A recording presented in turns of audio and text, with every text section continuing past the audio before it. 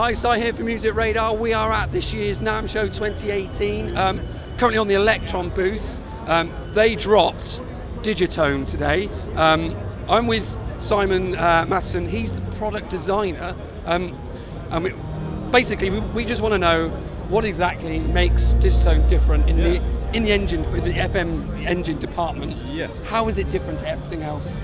Well, this is in sort of the base of things. It's a pretty standard 4-operator FM synth. Mm-hmm. It uses familiar paradigms from that type of synthesizer format, but it also merges it with some other interesting things like subtractive synthesis and also additive synthesis and a bit of wavetable-ish things as well. So it's kind of got a lot of different things going on, but it's very simplified in all the right ways. So it kind of boils everything down to what it needs to be and lets the user have fun and explore more than just like trying to find very intricate settings.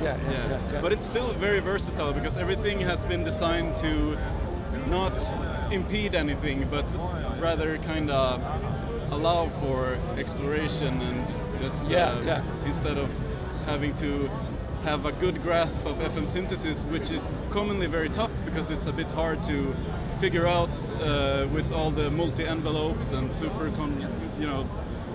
but this one strips away everything that doesn't really need to be there and does some things that are a bit easier to conceptualize, but still adding features. So it's a nice balance of stuff. So talk us about how immediate you can be creating some sounds out of this. So maybe we'll listen to like the signature intro patch. Maybe I should have my headphones on for this. Just so I know what I'm doing.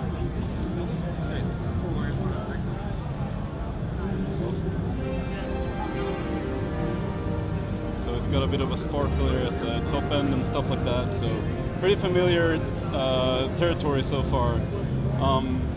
You can do a lot of nice ambient things, very Boards of Canada-esque stuff, which we would expect. Bells with a little twist at the end. And also, of course, the Jerry bass, which I hope everybody gets the reference. So let's just look at the init patch. Of course, it's just a sine wave like you would expect. And we tried to keep everything very immediate visually. So as you can see, you see the algorithm very clearly all the time. So you always have, you always know how the operators are routed. And if you change it, it's of course reflected in the display. So you can kind of follow the rule and always know like, oh, if I turn this one, for example, with the dotted lines, is an indication that you have a direct output from a carrier that is the result of FM modulation. So here I'm listening to C now, and if I turn the ratio of that one, it will multiply the bass note, which you would expect from an FM synth. So if we go into the envelopes, which is also a completely new simplified design that is original from us, and this is an ADE envelope. It's attack decay essentially, but you have control over the decay end level. Which is very useful for FM because you typically don't want sounds to fade out into a sine wave because you lose all the timbres and stuff. You want to keep some modulation. So here, if I pull up the modulation index, you start hearing, of course, the typical nice sound. So instead of it going to this sort of bass sine wave, you can decide the end level of it. And here we can start changing the modulator ratio. And all of the values are very meticulously picked out, so there are no inharmonics in terms of detuning the sound. So you can get bell tones, but it won't detune the sound. So everything is very user-friendly for exploration. I mean, you can kind of mess around a bit on random, and you will get noise. And if you use kind of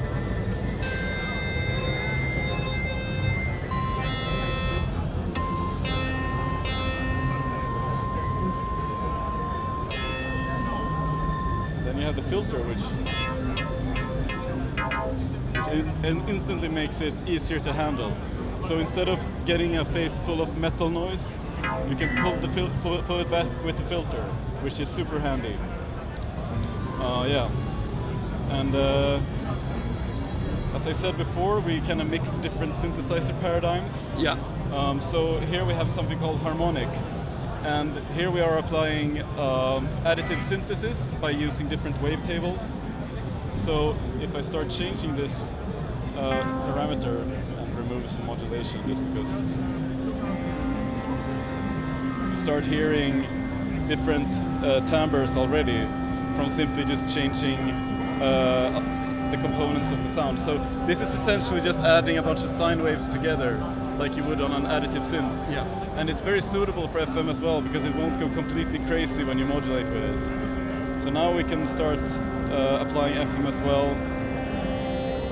And changing this one, you get different results as well. And it's just another way to kind of interface with the sound and find timbres you like. And it interpolates smoothly like a wavetable synth, so you have that option as well. So we can, of course, everything is modulatable from the LFOs. We have dual LFOs. Yeah, now we get the sort of sweeping thing going on without actually doing anything with the frequency modulation, it's just static. But we can change both, of course.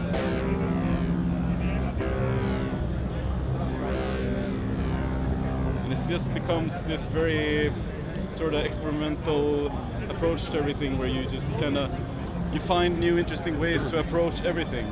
Yeah, that really makes it nice. We also have an arpeggiator on this one, which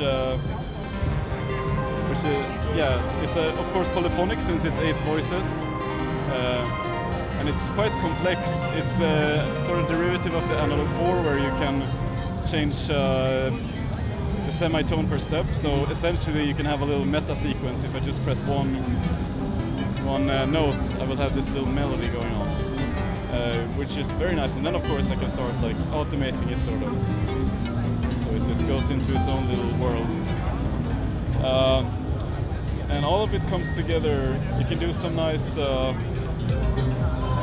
here we got like a nice preset pattern with some chords going on here. Nice ambient chords. We have a pretty bad TB303 simulation because it's an FM synth, but it's always nice to do it, you know, just for the kicks. Yeah. Speaking of kicks, we have a kick. It's very nice with percussion. Yeah. It's a bit tough to make percussion sounds on an FM synth, but we have around 120 presets of all kinds of percussion, so you can really get started with everything quickly on it and just experiment with the presets. So design-wise, similar to Digitakt, it's sort of built from when you were designing it. Sequence is the same. We began with the Digitakt platform, and we actually expanded the processor to 2 of them.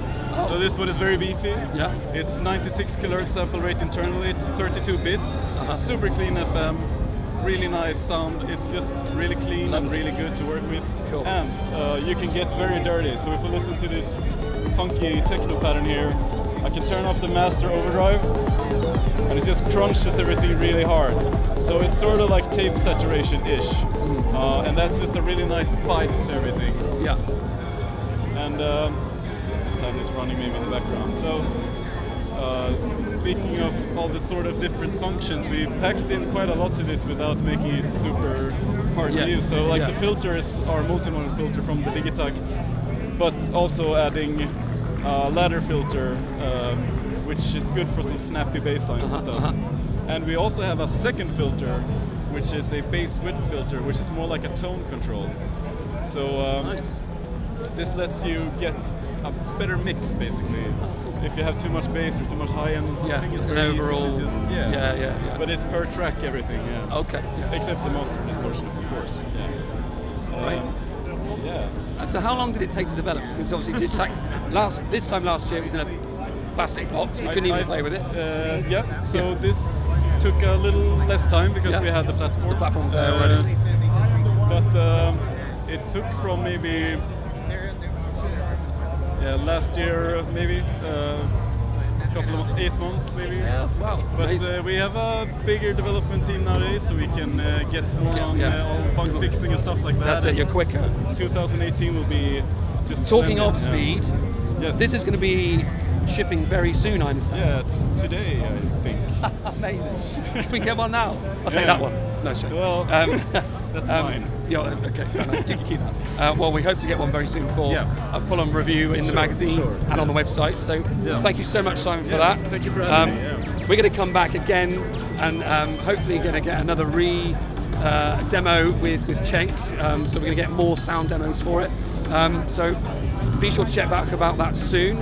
Don't forget to hit up musicradar.com for the latest news, reviews and tutorials. And yeah, we'll see you soon. Cheers. Bye.